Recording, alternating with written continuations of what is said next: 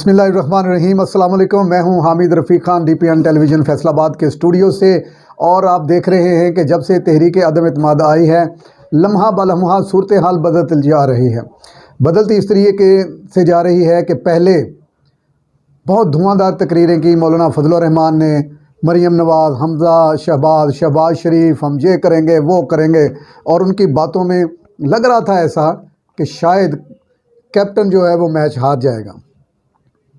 लेकिन हमने आपको इससे पहले भी जो हमारे वीलॉग्स थे, जो हमारी रिपोर्ट्स थी, जो हमारे प्रोग्राम थे, इमरान मान भी मेरे साथ थे, हमने ये बताया था कि आहिस्ता आहिस्ता चीज़ें जो हैं वो हुकूमत की तरफ जा रही हैं और इमरान खान बड़ी ज़बरदस्त तरीके से उसका मुकाबला कर रहे हैं। और उन मुकाबलों की वजह से अपोजिशन जो है वो भी आहिस्ता आहिस्ता पीछे हटना शुरू हुई है। पीछे हटने से मतलब ये नहीं है कि वो अदम एतमाद से पीछे चले गए हैं या वो अदम एतमाद नहीं कर रहे हैं, यानी कि उनको बड़ी कोशिश करते हैं, यानी कि वो सारा दिन जो है वो कोशिश करते हैं कि एक बाल्टी पानी की जो इकट्ठी करते हैं और शाम को जब वो देखते हैं तो फिर उसमें से पानी जो है वो गायब होता है। तो इसी तरह के मामला अपोजिशन के जो है वो तकड़ी में चल रहे हैं। और बहुत सारे मामला जो हैं उनमें से कोशिश किया उन्होंने कि कामयाब हो जाए अपोजिशन। लेकिन अब जो ताज़ा तरीन डेवलपमेंट हुई कि परवेज़ इलाही को वज़ीर आला जो है वो बना दिया है, हुकूमत ने ऑफ़र कर दी है। तो वज़ीर आला पंजाब होंगे अब परवेज़ इलाही, और परवेज़ इलाही की अब ये ज़िम्मेदारी भी लगा दी है वज़ीर आज़म ने कि वो अपने इत्तेहादियों समेत तमाम वो लोग जो हैं उनके साथ रब्ता भी करें। और परवेज़ इलाही ने भी ये बात की थी कि काफ लीग ने कि अगर उनको वज़ीरत आला जो है वो मिल जाएगी तो वो स्कोर पूरा कर लेंगे 172 का। तो अब भी थोड़ा सा ट्विस्ट है इसमें। तारक बशीर चीमा जो कि वफाकी वज़ीर भी हैं, काफ लीग के अहम ओहदेदार हैं, वो कह रहे हैं कि मैं हुकूमत को, इमरान खान को अदम एतमाद का वोट नहीं डालूँगा, इसके ख़िलाफ़ डालूँगा। तो अब एक नई ये बात शुरू हुई है कि अब देखना ये है कि ये ऊँट जो है वो किस करवट बैठेगा। लेकिन परवेज़ इलाही और दीगर लोग जो हैं कोशिश करेंगे उनको मनाने की। सियासत में हरफ़ आखिर कोई चीज़ नहीं होती। एक टीवी इंटरव्यू में भी तारक बशीर चीमा ने कहा है कि मैं वोट तो लाजमी इनके ख़िलाफ़ दूंगा, नहीं तो मैं मुल्क से बाहर चला जाऊंगा। तो मुल्क से बाहर चले जाएंगे तो जाहिर है वो ऑलरेडी वो इमरान खान को वोट मिल जाएगा, क्योंकि वो तो जा नहीं रहे हैं। अच्छा जी, अब इसके बाद आ जाएँ जी इत्तेहादी जो है MKM को एक वजारत दी जा रही है।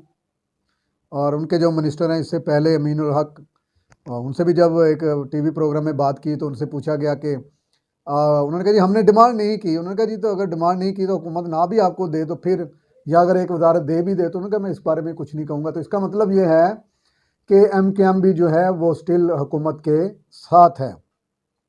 और दो पार्टियाँ जो है ये अगर हुकूमत के साथ हों तो फिर इसका मतलब है कि तीसरी पार्टी बाकी रह गई बाप पार्टी, BAP, यानी कि बलोचिस्तान अवामी पार्टी, जिसके पास 5 वोट हैं।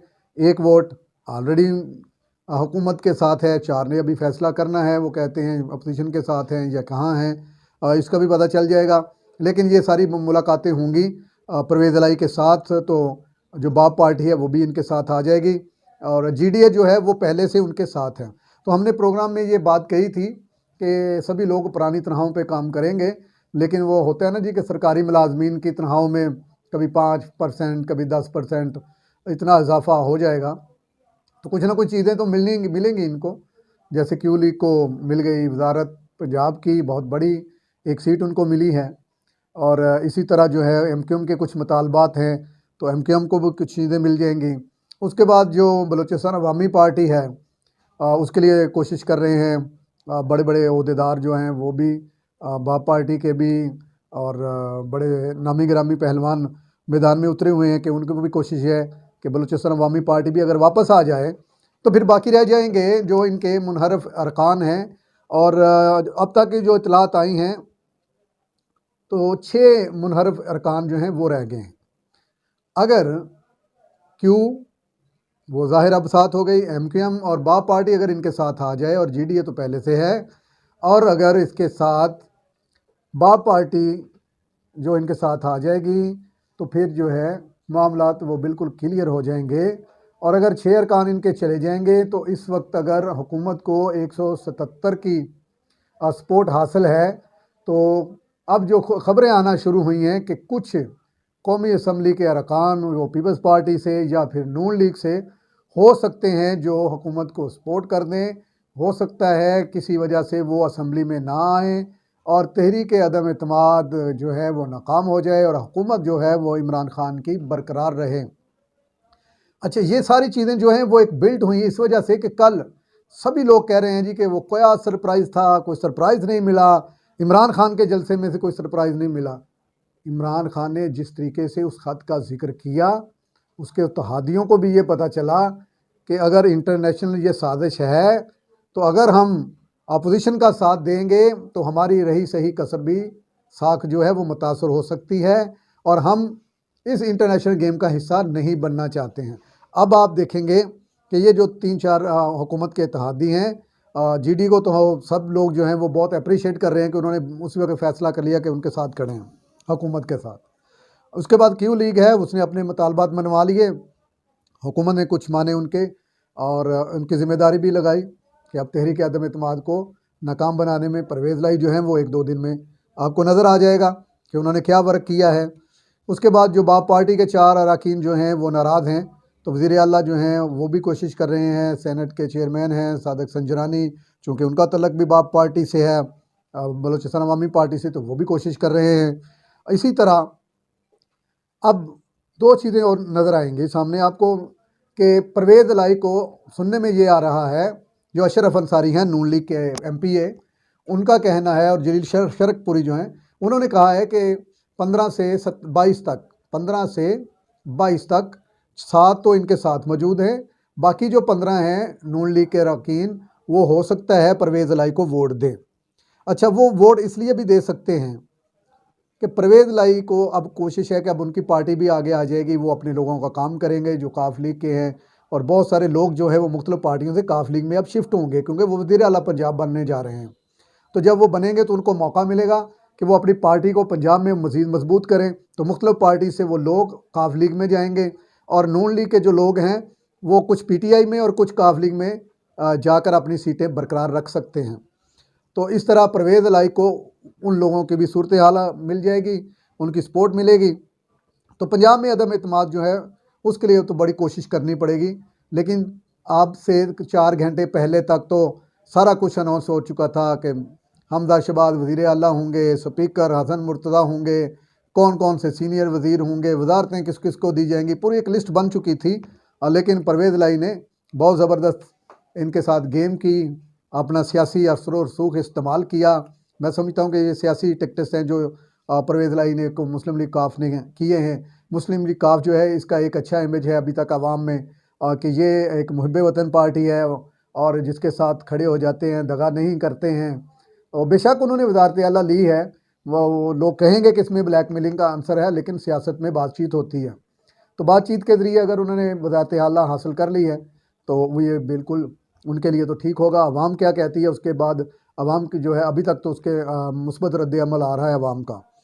तो पंजाब में जो अदम एतमाद है जमा कराई गई है उस्मान बुज़दार के ख़िलाफ़, तो अगर 22 MPAs इनको वोट देंगे परवेज़ लाई को वज़ीर आला का, तो आप जानते हैं तो फिर बाकी बात ही कुछ नहीं रह जाती। अगर अलीम खान ग्रुप के जो MPA हैं वो अगर उनको वोट देते हैं या नहीं देते हैं, तो मेरा ख्याल है कि अब उनकी मजबूरी बन जाएगी अलीम खान की कि वो इनको वोट देंगे। पहले ये कहा जा रहा था कि काफ लीग जो है वो अलीम खान को वज़ीर आला नहीं बनने दे रही है और इसी तरह की खबर आई थी कि नवाज़ शरीफ ने कहा कि परवेज़ लाई वज़ीर आला नहीं बनेंगे।